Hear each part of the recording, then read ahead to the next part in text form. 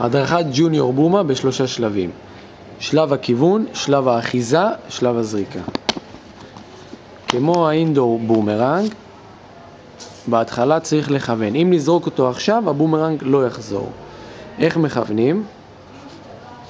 נקפל אותו בצורה הזו. זורקי יד ימין ייקחו את אחת הכנפיים וסובבו שמאלה, בעדינות. אין צורך לכוון את כל הכנפיים, כי בלאו הכי רדיוס הג'וניור בומה קטן. אם תכוונו את שתיהם, הרדיוס עוד יותר יקטן. שלב האחיזה, וויקד, שוב, כלפי פנים, זה הדגשים החשובים. טיפה אני מסובב. שלב האחיזה. שלב הזריקה, הדגש בג'וניור בומה זה הספין. כמה שיותר סיבובים, פחות כוח. בואו נראה.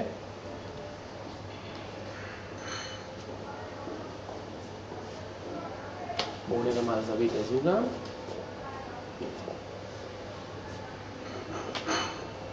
לא צריך כוח. כמה שיותר סיבובים, מספיק.